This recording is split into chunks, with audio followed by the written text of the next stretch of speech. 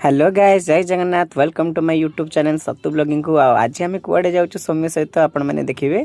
आशा कर भिडियोटी भल लगे, जदि भल लगे please like share and subscribe. आज आम जाऊँ बाइक रे बसिकी छतिया बट हूँ सौम्य को घर। तो मुझे सौम्य को घर को आज आसती, तो सौम्य को घरे खायापिया करके मंदिर दर्शन चलू। ये हूँ छतिया बट मंदिर। आउ मंदिर को मु सेकेंड टाइम आसी, माने फर्स्ट टाइम आसती पूरा छोटा होती। तो ये जो बाना आसी आम सहित तारी भाई होती, तो आसती फास्ट टाइम मो जेजेमा सहित दीर्घ वर्ष पर मुझे आसी एकुटिया मो स्टूडेंट सहित। आउ मंदिर को जी ना दर्शन पाई। मंदिर देखो बहुत पुराना मंदिर। आउ एटी फोटोशूट हो गला। आउ मंदिर दर्शन करके मु पूरा चलिकी आसली। आ मंदिर तो बहुत सुंदर भाव दर्शन कली। आउ बहुत फांका भी थिला। आउ 11टा ରୁ 12ଟା भितर गले आप भलसे दर्शन करेंगे। आउ ना संध्या बेले भी गले, संध्या बेले पूरा फांका रोचे, पूरा आराम से सुंदर भाव दर्शन कर आसबे। आ बाटरे आइला बेलू ये देखुली मूर्ति कारीगर भाई मैंने बहुत परिश्रम करके पत्थर रे खोदित करुले मूर्ति।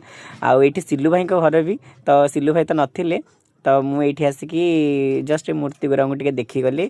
आते आम ओडार कारुकार्य केमी से लोक मैंने पत्थर खोदे करके केते सुंदर सुंदर मूर्ति तैयारी करती। आईटा हूँ सूर्य नारायण को मूर्ति, माने ये अधा होता फुल कंप्लीट होनी। तो बहुत सुंदर लगुले, तो से मुझे ब्लॉग करदेली।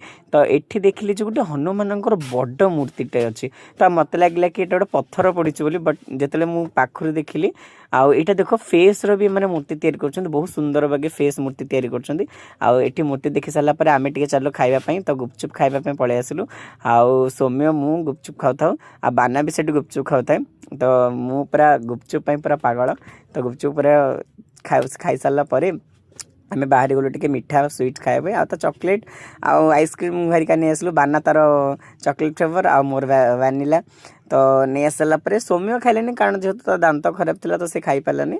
तो आम आइसक्रीम खाई ग्राम देवती को बुलिया को पलि आसलु। तो ग्राम देवी को दर्शन कर सारापर आम एठू बाहर जीवु।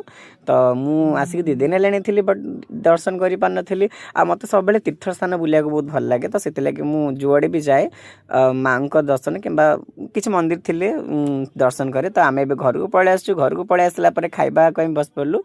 तो ये खाइबा भात डाली तरकारी एवरीथिंग सब होता। आउ तो ये खावाई बसीगलु। खाई सारा आम टे प्लानिंग थी बिल को जावाई। तो बिल को भी पलि आसलु। धान लगी था, धान गछ, तो धान पाची जाए। तो आश्चर्य कथा आसी खरा दिन है खरी फूल, आमर तो यहाँ खरी फूल कहते, बट तुम सेपटे कौन कहते मुझे जानी।